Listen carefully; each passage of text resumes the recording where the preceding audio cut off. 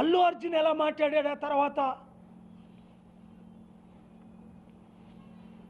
ఏంటిది? అదే నేనే అల్లు అర్జున్ అయితే, రేవతి చనిపోయిన అమ్మాయి 1,00,000 కోట్లు ఇచ్చినా తిరిగి నేను ఆ జీవితాన్ని తీసుకురాలేను. నన్ను క్షమించండి దయచేసి.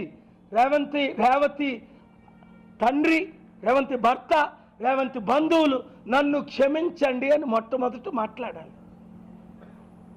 నేనే అల్లు అర్జున్ అయితే నాకు ఆ సినిమాకు 300 కోట్లు ఇచ్చారు. రేవతి కుటుంబానికి, రేవతి కొడుకు, చనిపోతున్న కొడుకు హాస్పిటల్లో ఉన్నవాడికి ఆ 300 కోట్లు ఇచ్చేస్తున్నాను. 20 సినిమాలు చేశాను, ఇంకొక 20 చేస్తాను. 3 మిగిలిన డబ్బంతా పేదలకి పంచేస్తాను, గ్రామాభివృద్ధి చేస్తాను అనాల. నేను వచ్చిందే ఎంటర్టైన్మెంట్కి, నేను చేసిందే మీ కొరకు. 1000 కోట్లు ఆస్తుందే అల్లు అర్జున్. ఇది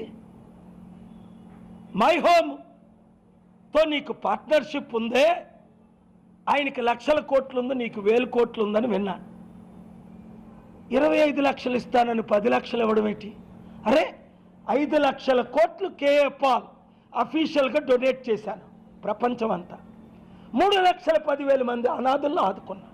40 లక్షల వితంతులకు డబ్బులు పంచా. 2,10,00,000 యూత్ని ఆదుకున్నా.